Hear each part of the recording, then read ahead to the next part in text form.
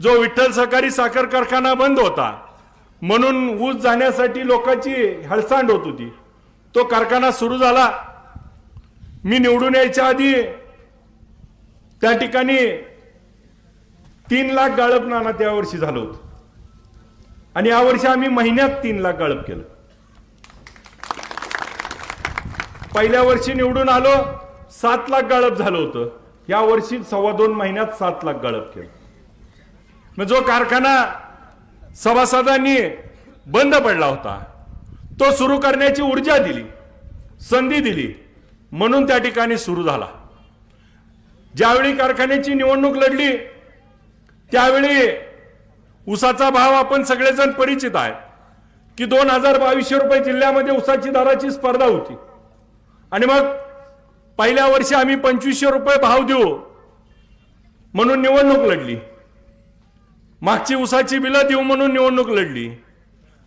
मग ऊसाची बिलं देत थकीत बिलं देऊन त्या ठिकाणी 2500 रुपये भाव दिला।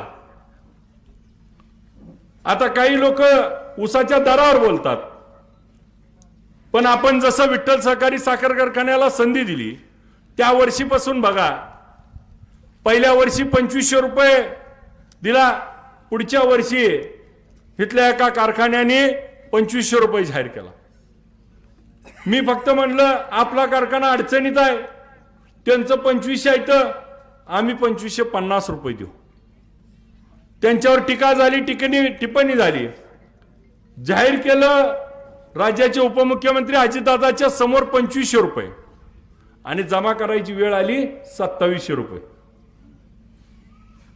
त्यानंतर दुसऱ्या एका कारखान्याने 2800 केलं, आपण 2825 रुपये केले।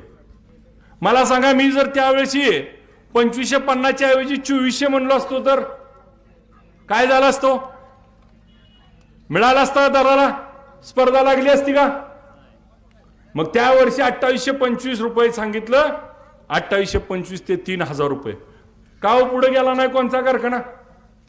गेला का? मग बोलण्याचा अधिकार त्या ठिकाणी कुणाला आणि का? मग गेल्या वर्षी